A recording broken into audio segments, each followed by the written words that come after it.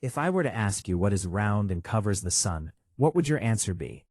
Well, a Dyson swarm is a hypothetical megastructure consisting of a vast array of independent satellites, such as solar panels or mirrors, orbiting a star to capture its energy output.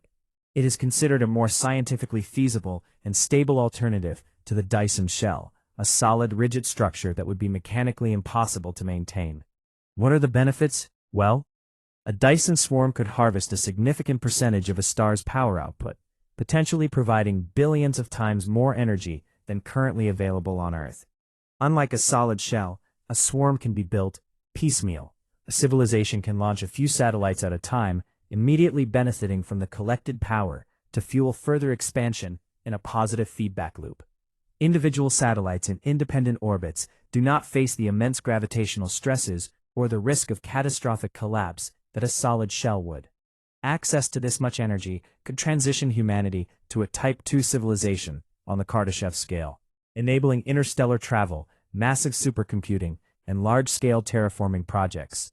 The swarm is less vulnerable to impacts from asteroids or comets. If a few satellites are destroyed, the rest of the swarm continues to function almost maximally. Most scientific models suggest using material from other planets to build the swarm.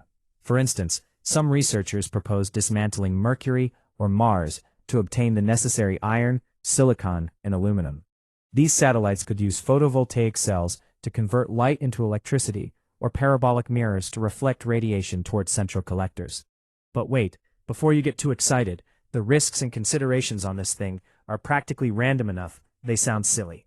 A large swarm inside Earth's orbit could block vital sunlight or raise global temperatures significantly. A compromise might be a partial swarm positioned further out, e.g. at 2.13 AU, to balance energy capture with climate stability.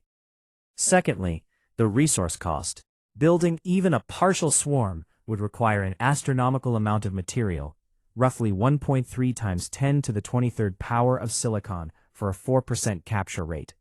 So yeah, although the idea comes from the failure of another, the concept of a Dyson sphere, a Dyson swarm 2, is just not practically possible enough yet.